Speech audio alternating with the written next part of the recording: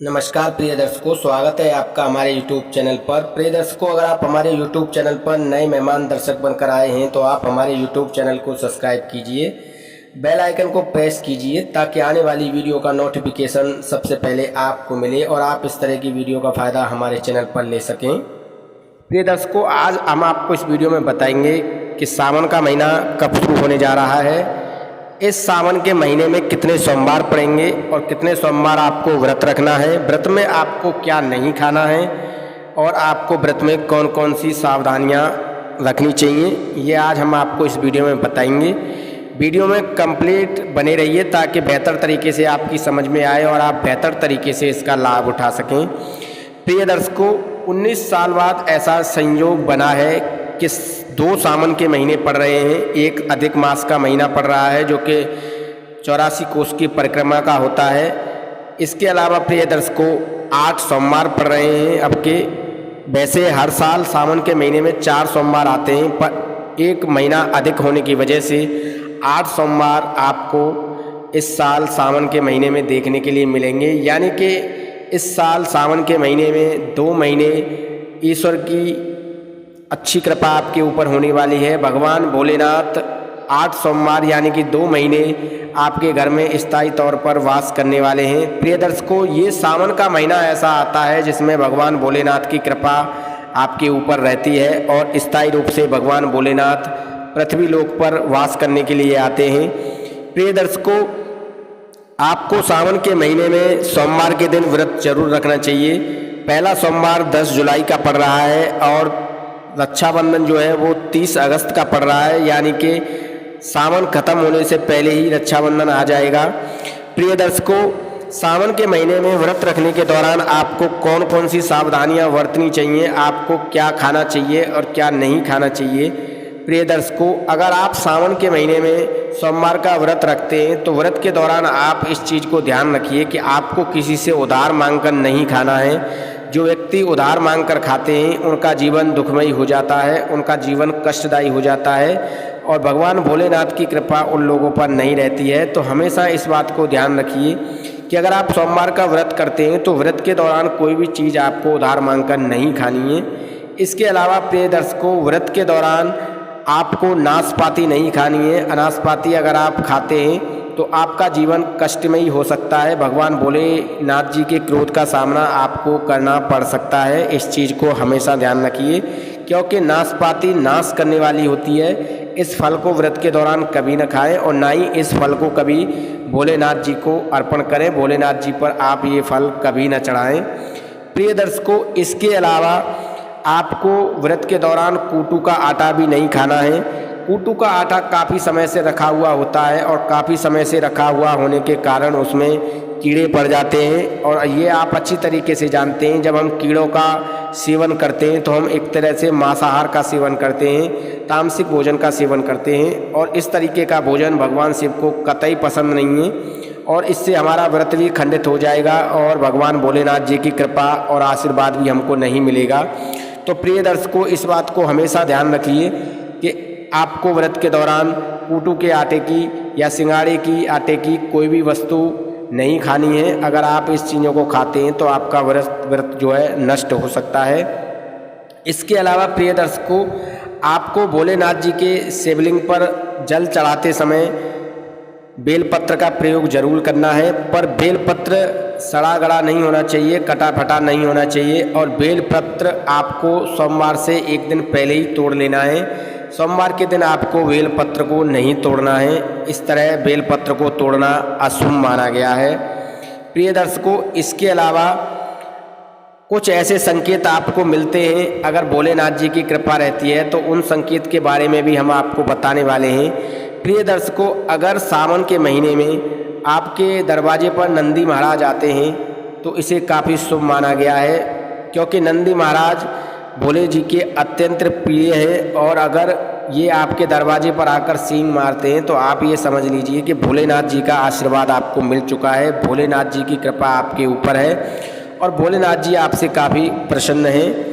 इसके अलावा प्रिय दर्शकों, अगर सावन के महीने में आपके छत पर नीलकंठ पंछी आकर बैठता है तो इसे काफ़ी शुभ बताया गया है। नीलकंठ पंछी के भी दर्शन काफ़ी शुभ बताए गए हैं। प्रिय दर्शकों, वेद पुराण शास्त्रों में ऐसा माना गया है कि भगवान राम ने नीलकंठ पंछी के दर्शन करने के बाद ही रावण पर विजय पाई थी। तो प्रिय दर्शकों, नीलकंठ पंछी को देखना काफ़ी शुभ बताया गया है। इसके अलावा प्रिय दर्शकों, अगर नीलकंठ पंछी आपकी छत पर आकर बैठ जाता है तो उसे भगाएं नहीं। अगर आप उसे भगाते हैं तो भगवान भोलेनाथ जी के क्रोध का आपको सामना करना पड़ सकता है और उनका आशीर्वाद आपको फिर कभी नहीं मिलेगा।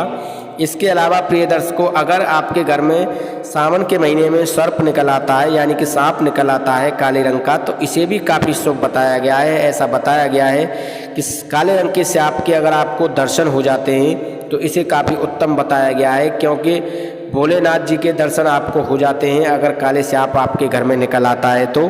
प्रिय दर्शकों, इसके अलावा अगर आप सपने में नाग नागिन का जोड़ा देखते हैं सावन के महीने में, तो इसे भी काफ़ी सर्वोत्तम बताया गया है। ऐसा बताया गया है कि जो लोग सपने में नाग नागिन का जोड़ा देखते हैं उन पर भोलेनाथ जी की कृपा हमेशा बनी रहती है, उन पर भोलेनाथ जी की अपार कृपा बरसती है और भोलेनाथ जी पूरे जीवन उनके घर में स्थायी रूप पर वास करते हैं।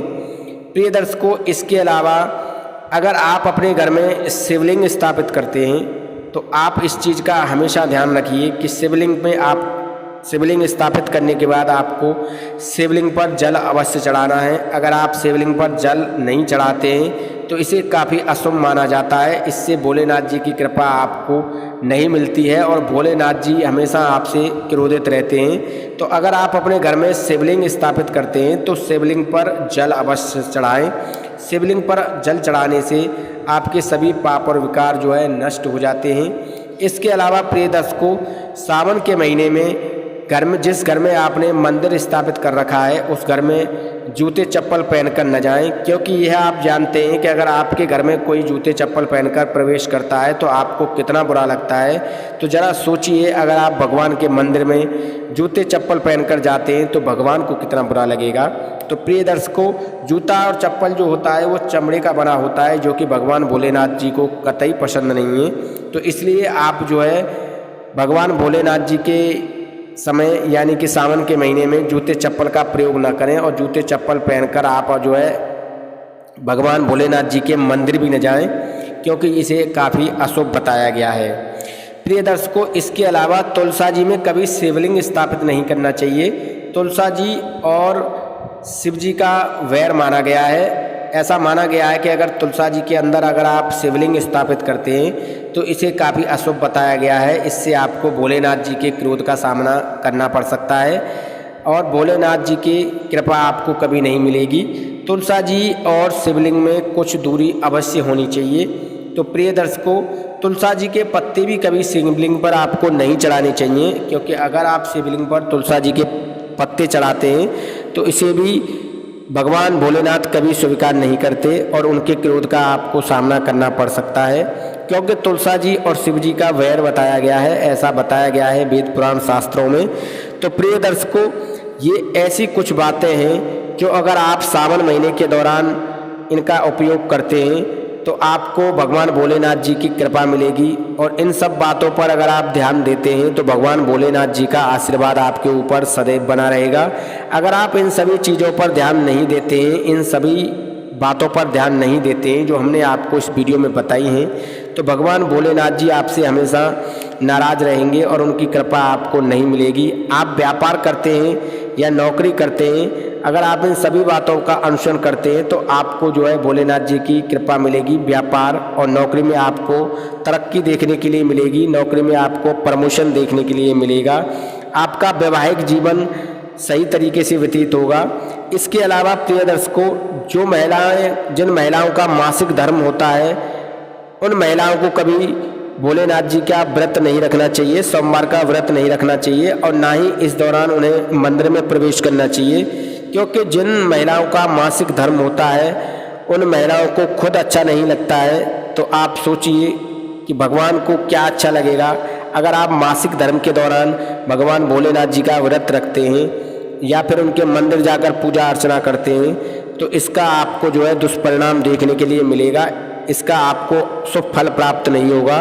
तो हमेशा इस बात को ध्यान रखिए कि अगर आपका मासिक धर्म चल रहा है तो मासिक धर्म के दौरान भगवान भोलेनाथ जी का व्रत ना रखें और ना ही भगवान भोलेनाथ जी के मंदिर जाएं।